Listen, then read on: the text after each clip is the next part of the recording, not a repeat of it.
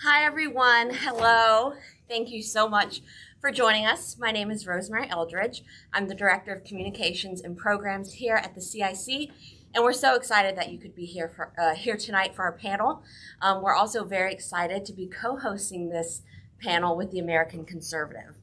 Our event, Tyrannizing the Common Good, Uses and Abuses in an Age of Disintegration, features 3 panelists. Our first speaker will be Emil Doak, who is the Executive Director of the American Conservative. He's a graduate of Georgetown University, where he studied philosophy and theology. He's also a 2020 Leonine Fellow. Following Emil, you will hear from our good friend, Dr. Chad Pecknold.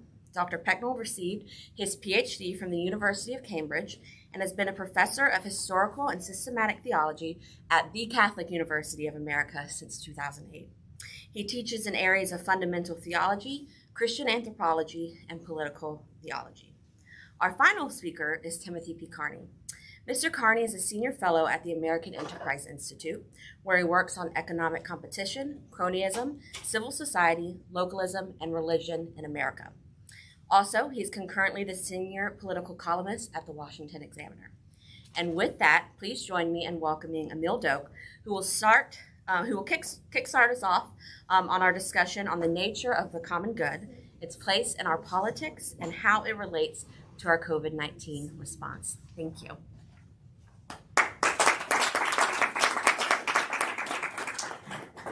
Well, thank you so much, Rosemary. Thank you to the CIC, too. This is a wonderful institution here in downtown Washington. As Rosemary mentioned, I was privileged to be a Leonine Fellow a couple years ago. For those of you who aren't aware of that program, do check it out. It's a fantastic program here in Washington. As you mentioned, I run the American Conservative. We are a political organization. So I want to talk from a political perspective and let our much more learned panelists dive more into the philosophy behind this question of the common good. I want to tackle first, what is the common good? Why are we talking about this now in this era of COVID? Some contemporary problems that a politics formed by the common good is facing. And then finally, suggest some solutions, some ways that we might get out of these present discontents. So many may have noticed that the conversation tends to be shifting on the right. The political right has long been marked by conversations about freedom and free markets. And instead, recently, we've had a lot of talk about the common good, about solidarity. Marco Rubio had a landmark speech a couple years ago where he called for a common good capitalism. To be an economic paradigm that was marked more by human dignity than by whatever Friedrich Hayek may have said. Adrian Vermeule has called for common good constitutionalism in our legal sphere, moving away from the originalism that has marked the conservative legal movement for a long time. And he's hardly alone. Josh Hammer has also echoed those calls for a common good constitutionalism or a common good legal system that is more in keeping with the natural law and with the common good. So in my view, this is good. I think this is more in keeping with a classical, and I would argue Catholic conception of public life. We're no longer just arguing for increased freedom. We're instead asking what that freedom should be for, what we should use our freedom for. And of course, St. John Paul II famously had that quote, which I remember reading way back in middle school, which really resonated with me, that freedom consists not in doing what we like, but in having the right to do what we ought, which begs the question of what we ought to do. Now, that's sort of a 30,000-foot overview of what's happening on the right. But I would note that this is happening on the left, too. There are a lot of calls for solidarity, not simply license and individuality. Those of you who are football fans may have seen this on the fields of the NFL. We are always hit with this barrage of sort of woke slogans on the football field now, one of which is "It takes all of us," which is like written in the end zones. I don't actually know what that means. I don't know what it takes all of us to do. But to me, that speaks of also on the left in response to, some of these racial riots and everything that we've seen. There's also a call for increased solidarity, not just individualism. And then, of course, the topic that we've been seeing now for the past 2 years, COVID, we're all in this together, right? We're being told that we need to sacrifice for this response to this virus that is still ongoing. We have a new variant just today, I believe. So across the political spectrum, it seems to me that we have a vague recognition that a renewed sense of solidarity is needed in this country. Tim here has documented this very well in his book, Alienated America. I would encourage you all to pick up a copy. I believe we have some right out there in the CIC. But this begs the question then again of what that might look like in a really fractured society. So this brings me to some contemporary problems that we're facing, or perhaps put another way, in keeping with the title of tonight's event, what is tyrannizing the common good? Because we have this sort of shared grappling towards solidarity, but the notion of the common good remains really contentious. I think COVID is the clearest example of this. And it's also very instructive to how we might get out of this issue. Because it seems like those of us who support a politics ordered towards the common good, I would count myself in that category, should get behind a lot of these government mandates that have put in place to respond to the COVID crisis. Indeed, a lot of libertarians have made this point. They're a little confused as to why this new strain of conservatives are opposed to a lot of the COVID reactions and the COVID mandates that have put in place. Now, I count myself on the libertarian side in opposing a lot of these mandates, but I do so, I think, for very different reasons than the libertarian take, which would say that it impinges on rights and freedoms of the individual. I oppose these mandates because they're bad. And I think that gets to the heart of what we're talking about here. We need to be able to have a normative discussion about what is good and what is bad for our population. You can go on and on about why I think these are bad, breakthrough cases, natural immunity. But the fact that we can't even talk about all that, I think, is a larger problem. You might notice now with my second football anecdote, I'm a big football fan. I'm a big Green Bay Packers fan. Just had a huge win this last weekend over the Rams, which was fantastic. We have our Rams fan, my colleague Bradley there in the back. I'm sorry about that. But Aaron Rodgers got in a lot of trouble recently because he said that he was immunized against the virus. He wasn't vaccinated. And he got in a lot of trouble for that because of all the COVID rules and everything. But he gave a really interesting interview where he laid this all out. And he said, I've looked at this, I have allergies to these vaccines, and down the line, it was a very rational response to this. But he was completely written off. We can't even have that conversation. So what this says to me is that our contemporary problems relate to privatizing this question of the good. We can't have a public conversation about what the good might look like in our society. We instead have on one side a radical individualism, and then on the other side, a sort of radical collectivism that says that everyone needs to sacrifice for whatever our elites have said the good might be. Now, this gets to this question, too, of what the common good might be in a society that's that fractured on this very important question. The piece that we ran in the American Conservative by Chad Pecknell, from whom you'll hear very shortly, touched on this very question. I would encourage you all to see it. It's titled the same thing as this talk tonight, Tyrannizing the Common Good. And Chad wrote that the common good is not a collection of individual or private goods that either need to be sacrificed for or added up to a greater social good. It rather exists prior to the individual. It's something that we participate in and that elevates those who participate in it. And he gives this example, too, of most people in well-formed families who experience at least a taste of this common good when they advance in virtue and happiness precisely because of the manifold benefits that flow from having a mother and a father who love each other and their offspring, and so they participate in the indivisible good which is common to the family. But Chad's piece, I think, also raises some questions that can point us towards a solution. Because Chad concludes his piece that COVID is not the greatest threat to our political existence, but rather our common life is tyrannized by a false notion of what binds us together. But the question that I was asked there is, what does actually bind us together? And who is us? I think this is fundamental to get right because it strikes at the core of a Christian anthropology or Christian understanding of man. We are born in a relational state. We are not born in an atomized state. We're born into families and communities that are already existing. We're already enmeshed into those. So that community needs to be properly ordered towards a life of virtue. Or you could say it needs to be a community in which man can participate in the common good. But like most things worthwhile, community and the common good have to have limits. There's no such thing as a global common good. If it's something that we participate in, it has to be something that we participate in with specific people in specific places. So if it is participatory, if it's prior to us as individuals, which I absolutely agree that it is, we have to have that conversation about where or how we're going to participate in it. Those of you who know my background, I live in my hometown. I proudly live in my hometown. It's Herndon, Virginia. I will defend Herndon, Virginia to the death. It is not just yet another suburb of DC. But I do think it's important that we're invested in these places because that place shaped me in a way that no other place did. So I have an obligation to those people in that place in a way that I don't have anywhere else. So in the same way that children participate in the common good of their families, as Chad wrote, so too do adults participate in the common good by those interactions within their communities, by building civil society, by going to your local bar, by going to your local farmer's market and being invested in that place. Neighborliness and civic pride encourage a recognition of human dignity in your fellow countrymen that is vital to a politics of the common good. So this politics of the common good is essential. I advocate this every day at the American Conservative. But in order to live it out, in order for this politics of a common good to be successful, it needs to be lived out within our specific places and invested in those specific communities. Only then will we be able to forge a true notion of what binds us together and avoid the uses and abuses of that common good. Thank you. I'm going to turn things over to my much more learned colleagues. Thanks a lot.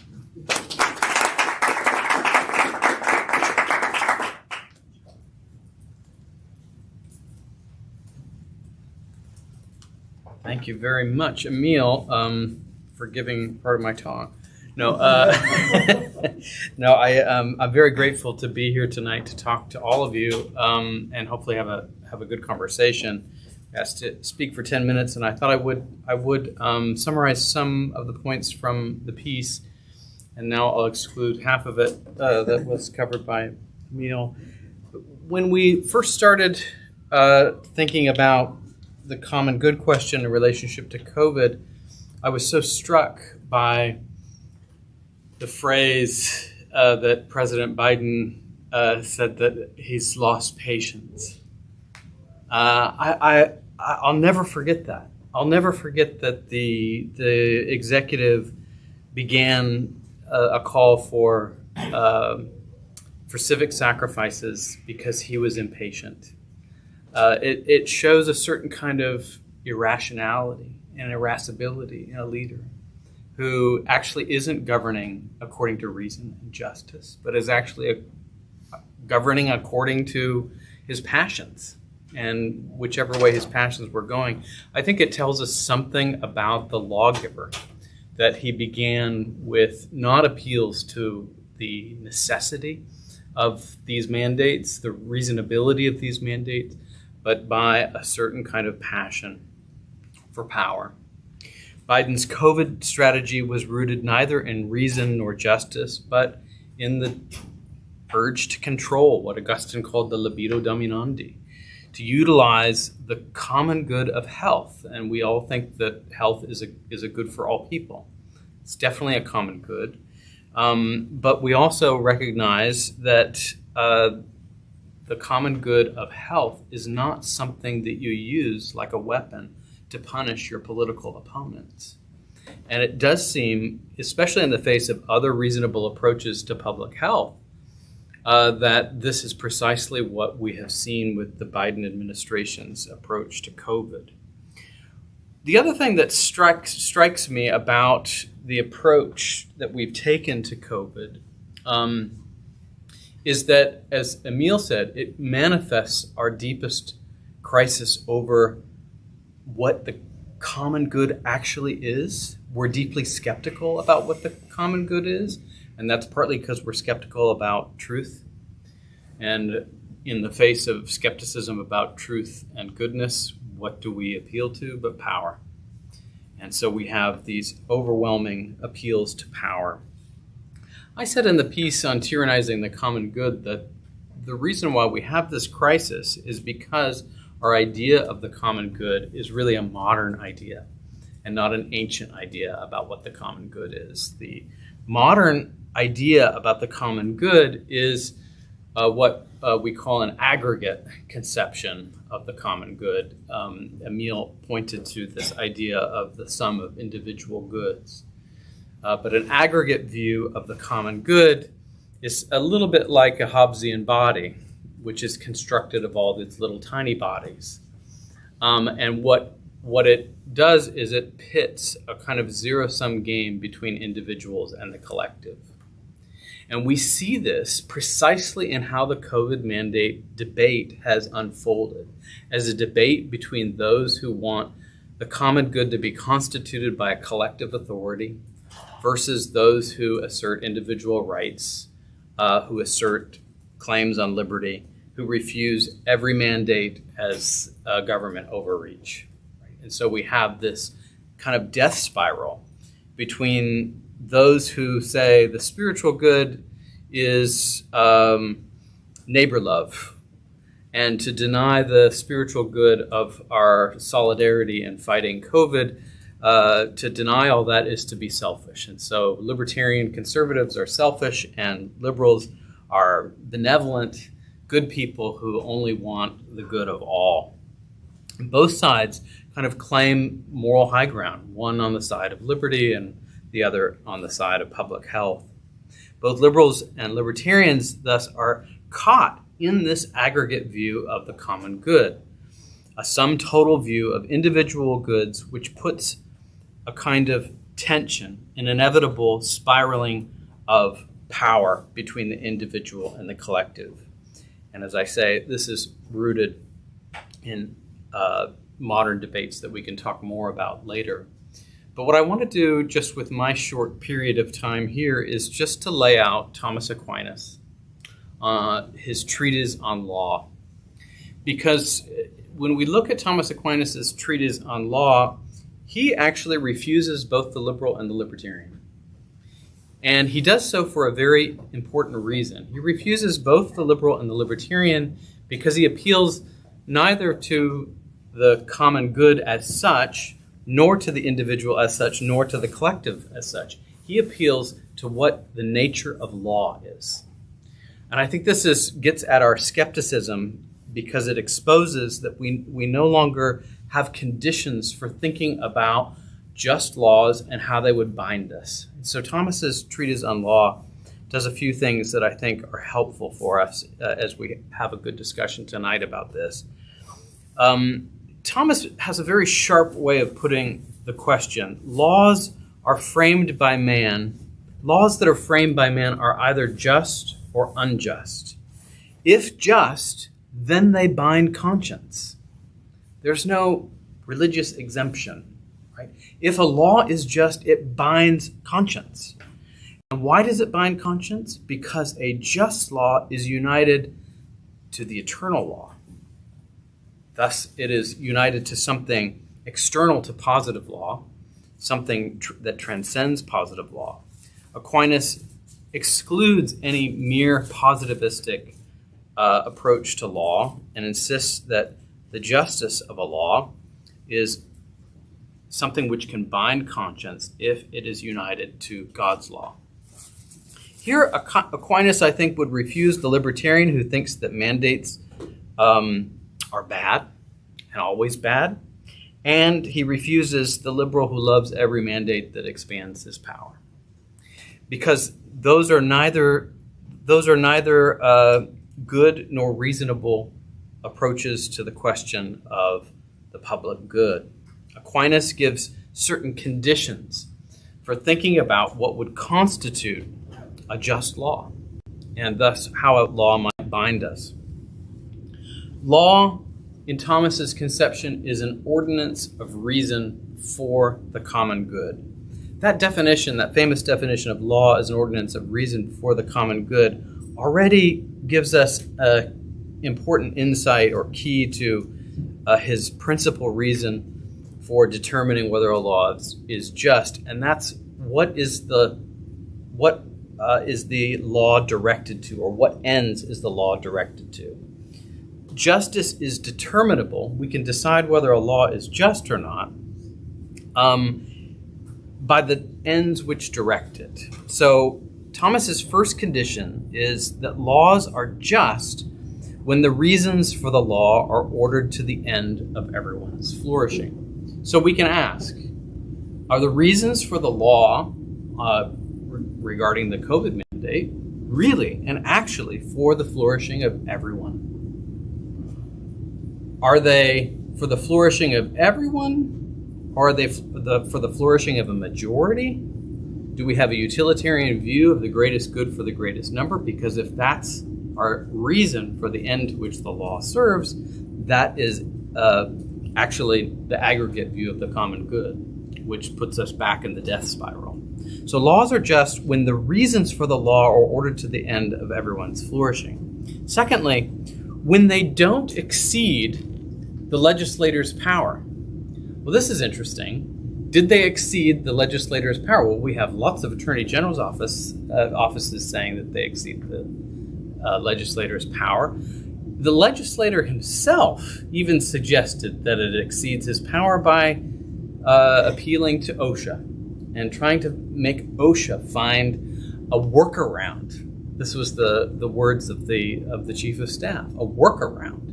Well, if you're looking for a workaround, what you are already doing is you're admitting that you're exceeding the legislator's power to do this. So already we should have questions about whether the reasons for the law are ordered to the end of everyone's flourishing, and we should also have questions about whether or not this exceeds the legislator's authority or power. Thirdly, when the laws are just when they do not lay unreasonable demands on subjects. Well, my goodness, we have laid a lot of unreasonable demands on subjects, especially in the way that we will only allow religious exemptions. We will not allow any other kinds of exemptions, such as the exemptions for natural immunity that our esteemed football quarterbacks speak about.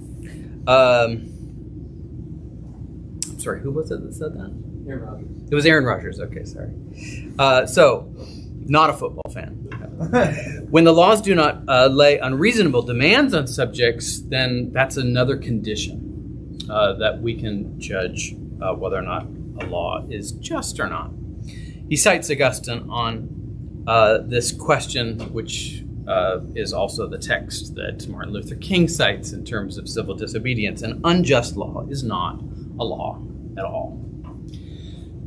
How are we then to regard the COVID mandate, the vaccination mandates? The legislator's power must be conditioned. It's not that we shouldn't uphold authority. As I've told friends, Catholics have a proper view of authority, namely that all authority comes from God, and so we should respect and honor authority. And we tend to be, as Pope Leo XIII said, we tend to produce the best citizens.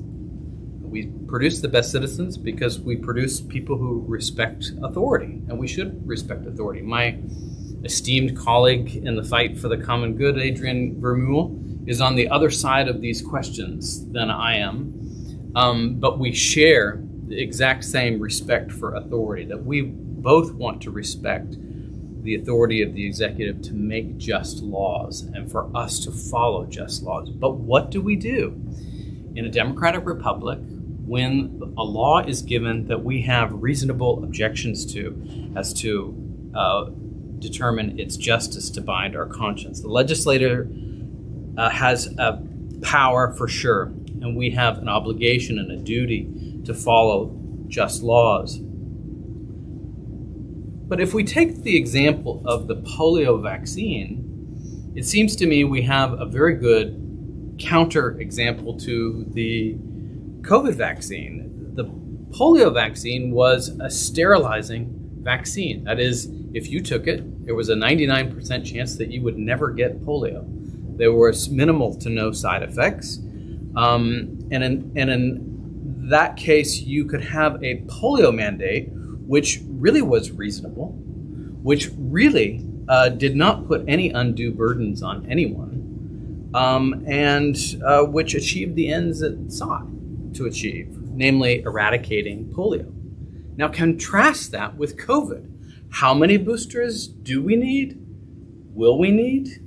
After the Omicron variant, are we now going to work backwards through the Greek alphabet to find all the different variants for which we will need a continual string of booster shots that expands the power of big pharma? which expands the power of the government. I was just hearing earlier about how many phone calls people had to deal with for contact tracing. That's a lot of government hours involved in our lives to determine something that isn't actually sterilizing at all. A vaccine which is non-sterilizing, which needs constant updating, is not a reasonable mandate. So if laws aren't rational, if they don't achieve the ends to which they're ordered, and if they exceed the power of a legislator, if they don't accord with even basic facts, then they cannot bind us justly. And I think on this basis, Catholics have a much better reason to resist unjust laws and uphold the common good. Thank you.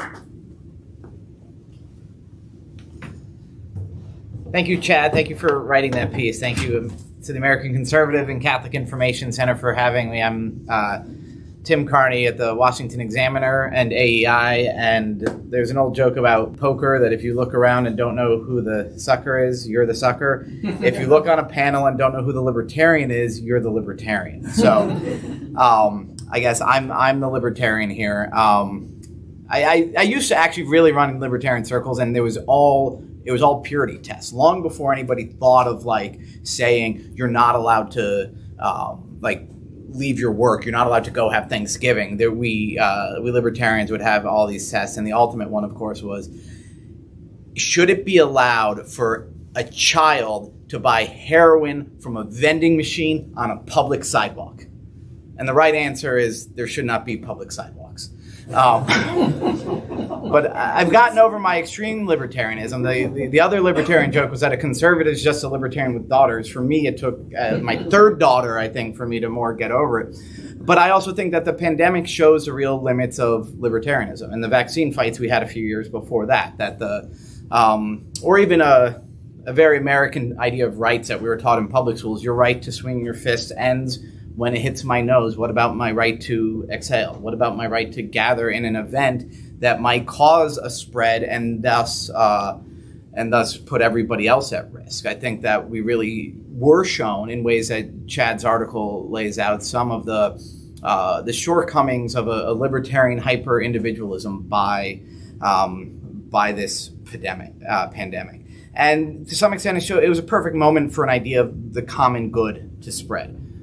Lower transmission rates is a common good, especially on a virus that can kill the most vulnerable people. And so that also made it a little odd that a lot of our friends who were most likely to use the term common good conservatism were typically just as unlikely as me or my libertarian friends to bridle at some of these mandates. And I'm not just going to talk about the vaccine mandates, because my life was very personally affected by lots of these rules. The attempts to close even our own Catholic schools where we send our kids, the closure of the public schools, the outlawing of my T-ball league that I run at St. Andrew Apostle Parish, so the closure of my son's Little League, all these things that kept us, the closure of my local pub and my local library, the real institutions of civil society, the hubs that actually bring about the good life. It was prohibited by the government for us to gather there. So that's what I've seen in the last 2 years, is that we're all in this together. That a sudden idea of we are going to act as one, as a whole, and we're going to give government on the federal, state, and local level the power to enforce rules against the individual will that are in the name of the common good. Those were really harmful. They, in fact, harmed the common good. It was not a trade-off of helping the common good over individual liberty. They were damaging to the common good, which has made me ultimately more skeptical of any government undertakings for this. Start with a quick story. July 31st, 2020, I remember I was just finishing up my piece defending Father Damien against Alexandria Ocasio-Cortez's attack that he was a colonizer. I just hit send on that.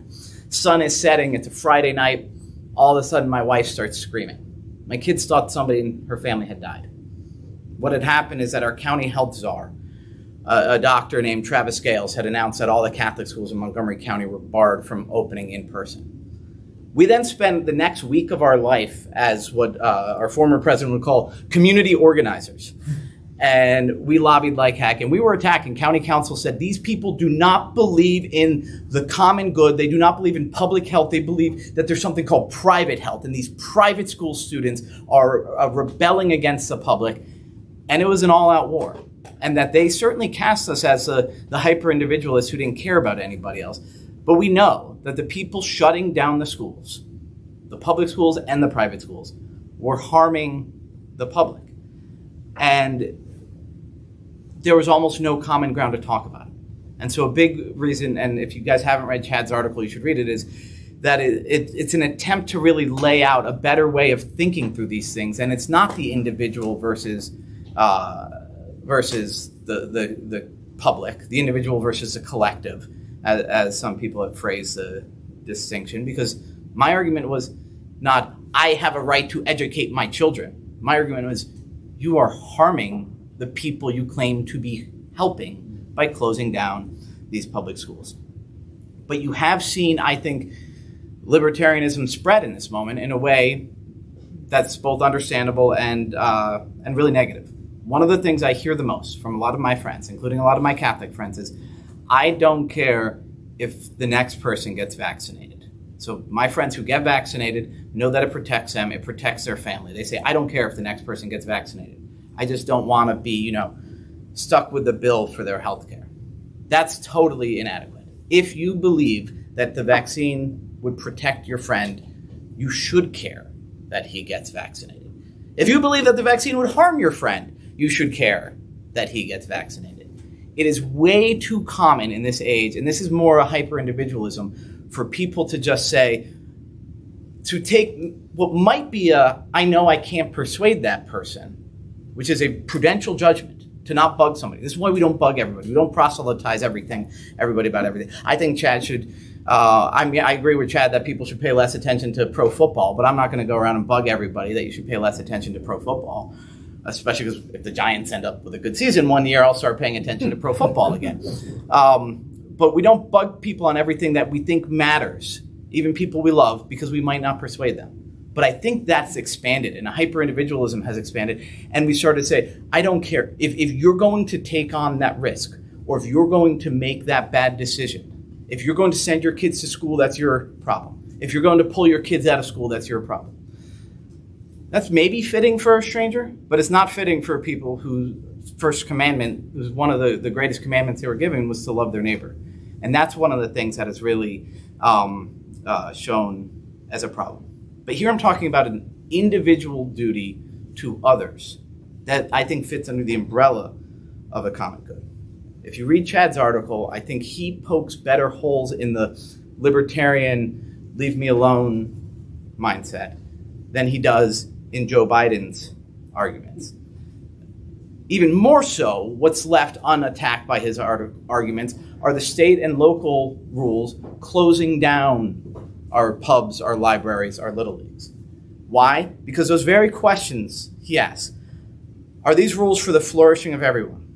Do they lay unreasonable demands? Yes, it's unreasonable to say that I can't go and drink outside at the stained glass pub in Silver Spring, Maryland. Most of Montgomery County didn't agree, and nobody in the government agreed with me. That we don't have in our society today, and maybe, I don't know about other societies, these are just too much questions of taste that are hard to settle. I think it's more clear-cut on some of the vaccine mandates, the unreasonableness of this, but on a lot of these rules, are they unreasonable demands? Are they for the flourishing of everyone? We just don't have a good way of adjudicating that. So this is why I sometimes question when we say we need a more common good approach to public policy. I think we're asking for trouble here. I simply don't trust the government to bring about the common good. And I don't limit it to the federal government because, again, my biggest enemy, the government action that posed the greatest threat to my well-being and my way of life was done by my county government in Montgomery County. I simply don't trust the government to bring about the common good in most circumstances. The good life is ascertained through, to the extent it's ascertained, it's attained through anything. The good life in this world is attained through civil society, the little platoons, the things we belong to. Mostly our church, our local church, our t-ball teams, our local pubs, our libraries, the people we gather with on a Monday night to talk and debate. Government's interaction with that in the last 2 years has been to interfere with it. And often that's what government does. It crowds out, it blocks out, and increasingly now it's going to police and censor the institutions of civil society. So defending the common good in the past 2 years has meant stripping power from government. That's what we did. We stripped from our county government the power to shut down our Catholic schools, which were the center, the beating hearts of our life. And a common good legalism, as opposed to an originalism, makes me think of Thomas More. Would you give the devil the benefit of the Constitution? And are you going to answer, no, I would cut down the Constitution, every provision in the Constitution to get at the devil? And Thomas More, of course, asked, then when the whole forest is cleared and you turn around, what's there to protect you?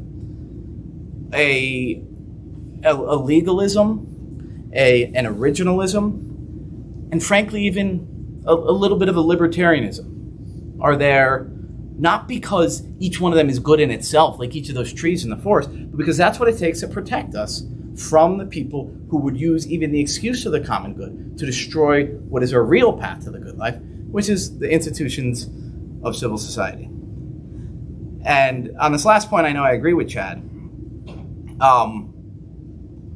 What you've seen, this is a very interesting point. We're all in this together. A very ironic motto for the people who wanted to keep us apart, right? And then the outdoor masking of the vaccinated over the summer at points of very low rates, or people who, willingly, voluntarily wear it below their nose. A Jewish friend of mine said, well, that's very familiar. People who are following the letter of a religious law without thinking it necessarily serves a purpose. I think COVID has shown what a secular society leads to. It leads to a new religion. So the people, the new solidarity that Chad is seeing people pursuing really is manifesting itself, but in a very weird way. We're all in this together while being apart. We're all part of something where we can tweet, we can support President Biden, maybe we can support Governor Newsom or whatever it is, but we're not actually getting together. And what that shows is what de Tocqueville showed us, which is a crucial part of understanding American history, that a hyper-individualism and an over-centralization are not enemies. They're flip sides of the same coin. And again, this is what Chad points out in his article. The libertarian error and some aspect of this liberal error are the same exact error. And so, again, the only thing that can counter that is going to be the truth, is going to be a true religion, is going to be a true civil society, is going to be things that actually bring us together where we finally have access to the good life. Anyway, we should start a discussion. Thank you.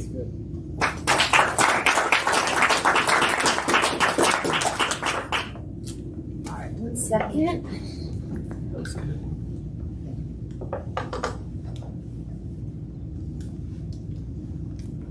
Can I ask a question first so you have the script? The polio vaccine, I think, is a good example of a mandate for the polio vaccine would justly and reasonably deprive you of your pup. Mm-hmm. Do you know what I mean? Yeah. So the question is not, we can actually determine what is just and what is reasonable. I'm not as skeptical as the libertarian is about truth, and actually I think it's really important to place the debate on the frame of justice and what is reasonable to conclude for me to ask you to do something which is not to your taste. Mm-hmm. Right? It's not to your taste to to be deprived of the pub or to be deprived of the Little League game or whatever. But if it's demonstrable, that it's reasonable, that it's necessary, that you being deprived of that for a certain period of time will actually achieve the ends of the flourishing of all people, then you absolutely should give So it. are you engaging in a cost-benefit analysis there? No, an analysis of whether or not a law will actually achieve the ends it sets out. But you're talking about something that's obviously going to have a cost. And then this is some of the like aggravating things. It's sort of a counterfactual, so it's... Yeah, but I mean, one of the crazy making things, and why never to be on Twitter, is people saying, oh, your kid's not being in school in person doesn't actually matter. Or you're not having a Little League season doesn't actually matter. You're not being able to see your neighbor's face doesn't actually matter. So all these people saying there was zero cost to these interventions was enough to make me just look around and think, sure, I must be insane, because obviously there's a massive cost. But on a more normal level, there are people who say, I rate the cost of that as incredibly low. And so that's where I feel like we're at an impasse. But are you not making a cost-benefit analysis of the cost of your closing? No, I'm making a just analysis about what, if you made lots of sacrifices to say, go send your children to war, like you would want to make sure that was a just war, right? Because if I'm going to give up my child, I wanted to make sure that my child is actually dying for a just cause, not for some cause that has everybody up in arms about control of East Asia or something. Right? But you can't avoid a utilitarian analysis of the end of that cause, whether you're talking about a just war or fighting a pandemic. With polio, with the point again that you made aptly is the cause was eradicating this disease, and with COVID, the end of it is something far, far less valuable. And so it seems you are making a cost benefit. No. By the way, this reminds me, your insistence on the utilitarian reminds me that an ancient common good view will never say you're bringing about the common good. That's an aggregate view. The aggregate view thinks that you're somehow achieving the common good. A classical and Catholic view of the common good is that you're conforming yourself to what is actually good. So a family is a very good example, because you could actually misserve the common good of the family, be a bad father, be a bad mother, what have you, and you would not be serving or discerning what the common good of the family is as a mater familias or a pater familias. But you, as father and mother, aren't bringing about the common good of the family. You're conforming. And same with the city, right? So, but the same thing with utilitarianism is you're not actually going greatest good for greatest number. What you're doing is, does this actually achieve the end of the human flourishing of all people? And that's a very different calculus than greatest good for greatest number. I mean, there's the question of government power here as well, right? So like Tim, I guess my question would be, would you be okay with or open to using government power to shut down your pub and your Little League or whatever in the case that we did have a serious pandemic? Right. Because my issue with all of this is that I don't think that COVID posed that big of a challenge to the welfare of our communities to warrant doing that. But I'm open to the idea that there could be a disease or a circumstance under which government power is needed to do that. Like, what if it wiped out children? What if it targeted children and it was killing all of our children? Is that within the government's power to do that? Yes, but I think that it's our responsibility to constantly guard the boundaries of that and to poke the government a little bit before it gets to the boundaries. So not a pure libertarian, but that our job, I've seen so much of my job in the last year and a half as being the government wants to take more and push back. So most recently in Maryland and Montgomery County, people said, oh, well, let's go around along with the mask mandates, because even though they're pointless, because the next thing they're going to want to do is, because otherwise they're going to want to close our institutions. And I would say, no, if we let them force masks on us that are pointless, they will then close our institutions in a pointless way.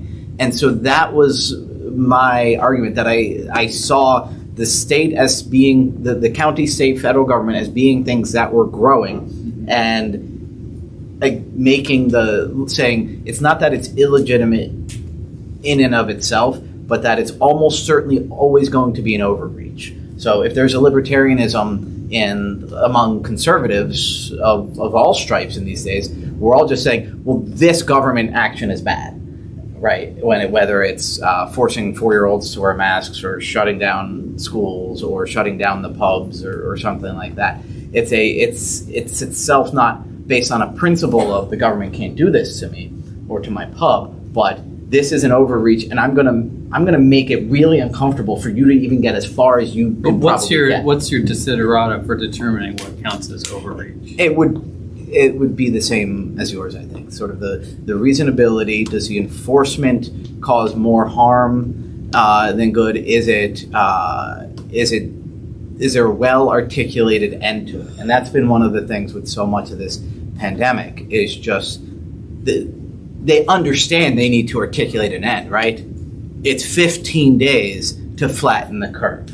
The end is making sure hospitals are not overrun. These were actually appeals that resonated with sort of common good arguments, right? That you want there to be room for your neighbor at the hospital, and you don't want to overwhelm it. So the arguments were made in that form, and then you slowly started to realize that either they didn't know what they were doing in a disastrous way, or that, you know, they were lying and they didn't actually have that end. And the one time somebody with a mask told me I needed to wear a mask, she walked up to me and she said, "Sir, just wear it." And that was the extent of the argument that she could make, was just, come on, just do it. Which is like what you say to your friends. You're like, just come on, let's go. I think we should kind of put a moratorium on saying government overreach as conservatives, because I think it distracts us from actually making the moral appeal to saying, actually what we should say is, this is an unjust law. Mm-hmm. I mean, that's what liberals have on their side, is and rightly so, is they have an appeal to justice. And like, if I speak to my students about the right to life, their eyes glaze over a little bit. But if I say, we want justice now for preborn persons, justice now for preborn persons, yes, that's what we want. The moral appeal is much more powerful when you actually phrase it in terms that aren't procedural. And the overreach language that we've come to use is entirely part of liberal proceduralism and doesn't actually get us to the moral high ground that we need against our opponents. I mean, overreach.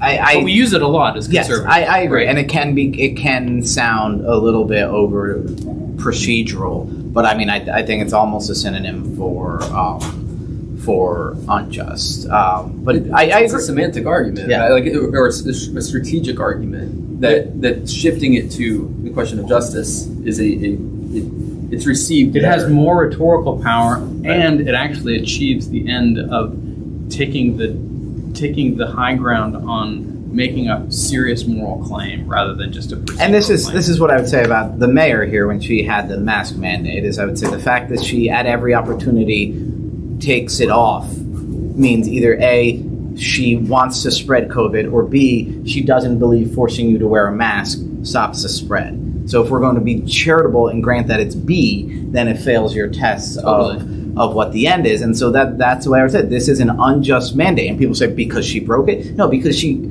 evidently does not believe that it is required for what she claims it is required. She doesn't follow it herself anyway. Well, and that's my point, is that it's not a hypocrisy thing. It's a injustice thing. Do we have any questions from the audience? All right, 1 second. I'll conclude. So I take that as a friendly edit. Yeah. So, Chad, you mentioned Aquinas. You sort of walked through the treatise on law. It seems to me an important aspect of this is Aquinas addresses the sort of the way that uncertainty and constant changing of laws actually serves to then undermine the rule of law. Mm-hmm. It seems like an important aspect of this whole thing seems to be the kind of uncertainty and the sort of constantly shifting. No one quite knows what the rules are at any given time. So it creates a situation in which people do kind of flout the law or sort of do a kind of minimalistic letter of the law thing and try to kind of avoid it, which seems to erode both the kind of sense of the common good as well as the rule of law. I wonder if you could just address that. Yeah, I mean, it reminds me of Adrian Vermeule's wonderful distinction between the written and unwritten law, and that one of the problems of not acknowledging the unwritten law is that you don't have a way of adjudicating how you're making your legal justifications and your legal rationales, and so it lends itself, losing that distinction between the written and the unwritten law. When you lose that distinction and you just base everything on the positive law, you lose this sense that you're actually a moral, rational agent, and that you're making moral, rational judgments about the law, and that you're not simply using the law or manipulating the law to simply achieve your political end, which we know happens over and over again, right? So that when that happens over and over again in a culture for a long time, then the people lose confidence that the laws are just. And what I think we as Catholics need to do is reclaim the classical legal tradition in such a way that we appeal to transcendent moral standards. The eternal law is something which can be known by the intellect. It's something that is accessible to the light of reason and not just to those who have the infused gift of grace. So I think we need to recover that precisely to elevate our cities so that the people have confidence that law is just, that it's reasonable, and that it must be obeyed.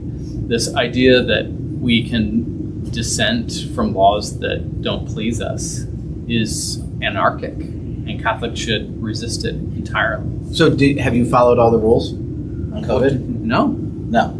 So you dissented, you've shown up without a mask. But no more than the mayor. I had this conversation going into our parish on Thursday, and I said, I am not going to wear a mask. If a church lady or a priest or a deacon asks me to wear a mask, I'm going to put on the mask. You guys are free to do whatever you want. I'm not going to pressure you to break rules. My kids are rule followers, so I don't know whether that means they're libs or they're Adrian Vermeules and Chad Packnells. We'll find out later.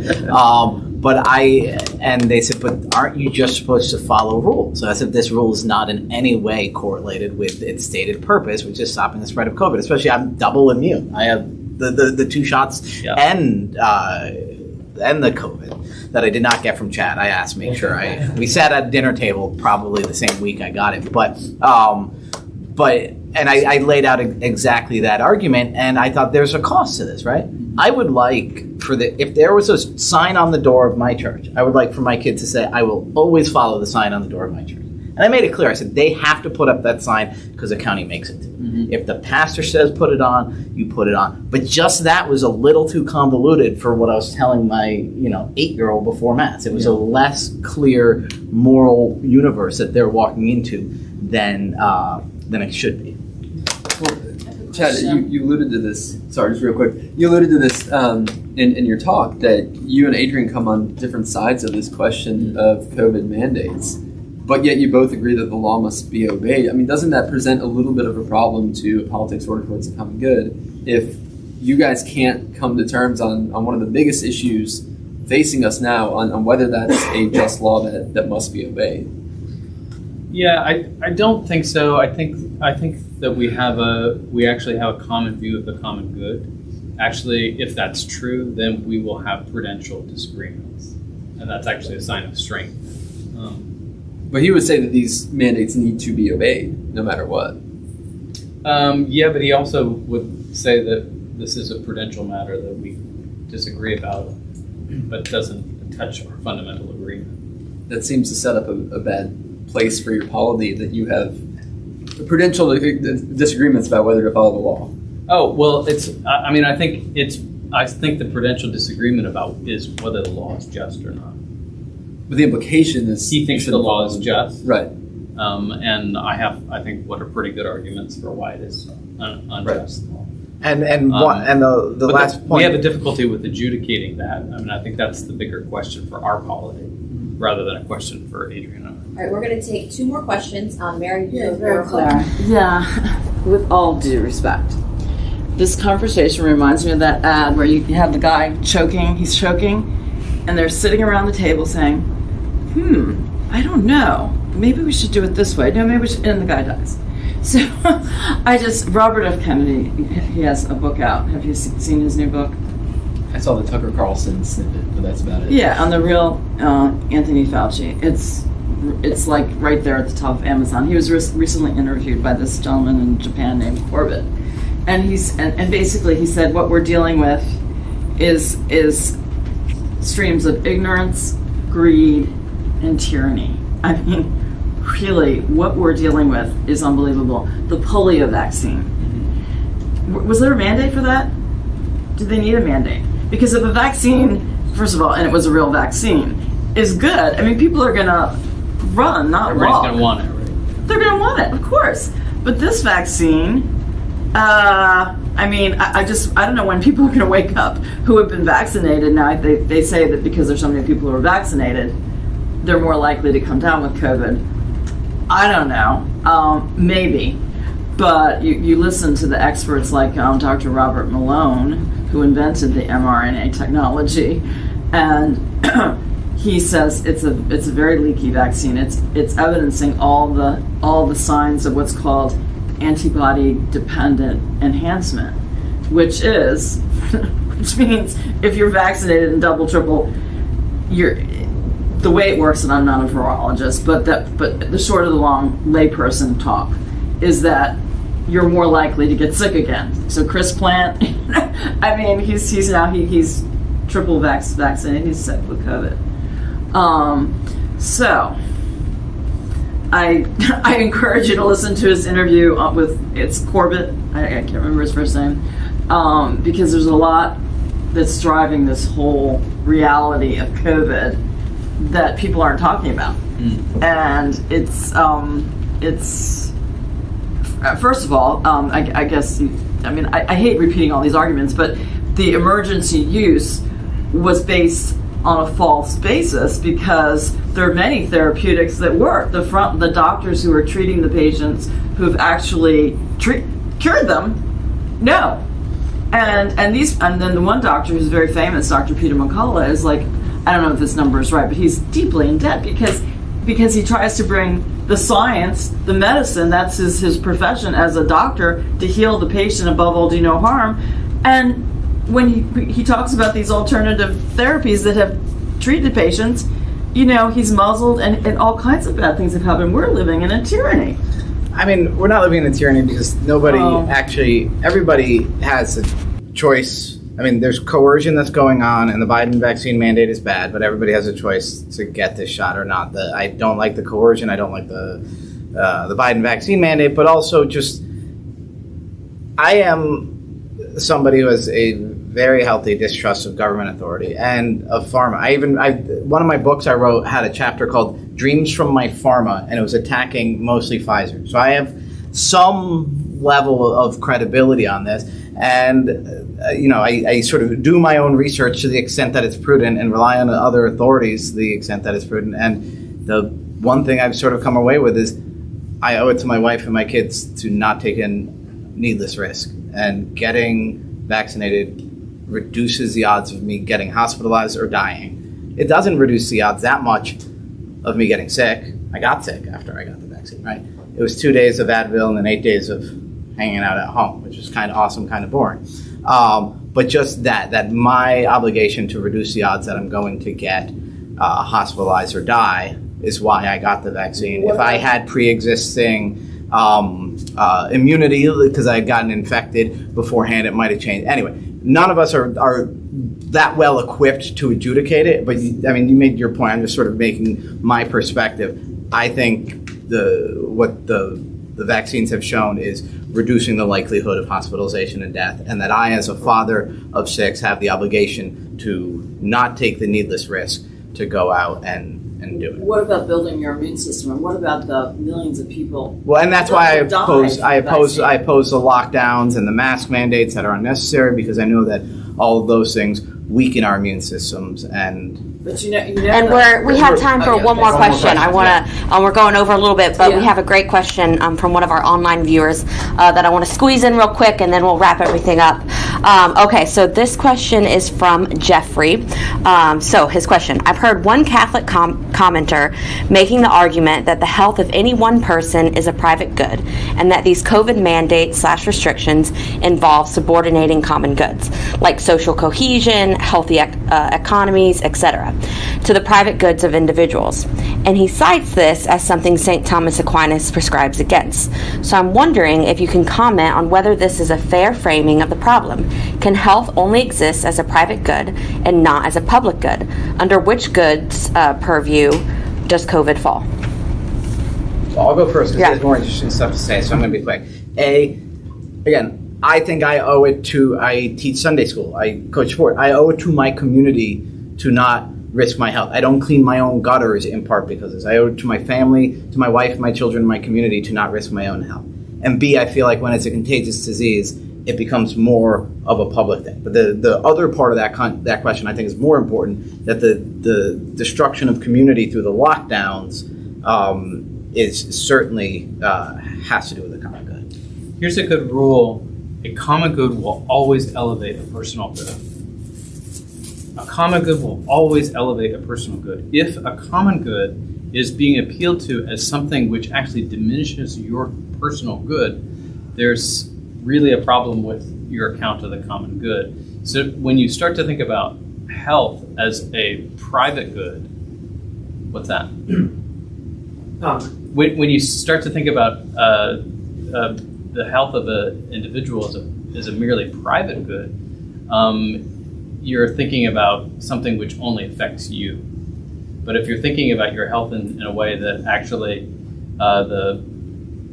entails the good of others as well, then it's clearly not a private good. So I think you have to make some distinctions there as to whether or not health is sometimes a personal good and sometimes is a common good. It just depends. The only thing I'd add is I think, and this gets back to your question as well, I think this is so, I guess this gets to the idea, it's a very individual type thing. I mean, Tim, you maybe made that calculation that for your situation, your family, that's the best for your health. But I think that this is where we're all sort of individualized in the sense that we should make that decision on our own. This isn't a my body, my choice type thing, but I think when you look at what public health is, you're all humans that have different sort of needs, and this is really laid bare that a one size fits all solution is not good for a holistic vision of health.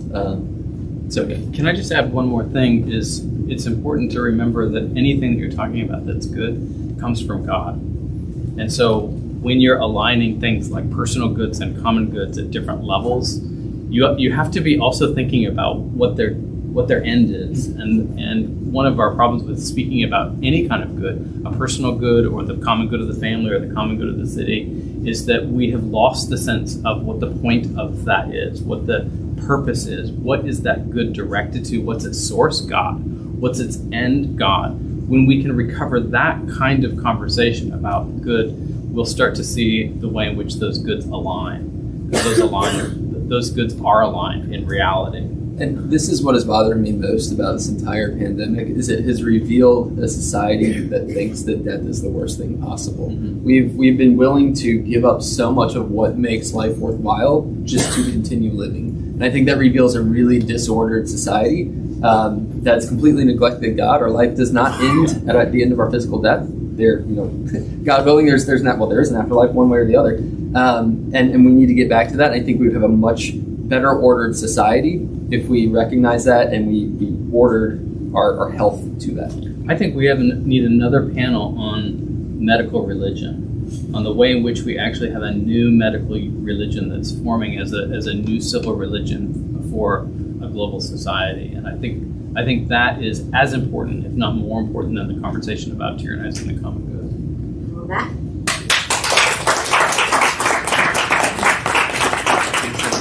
Thank you. Thank you so much.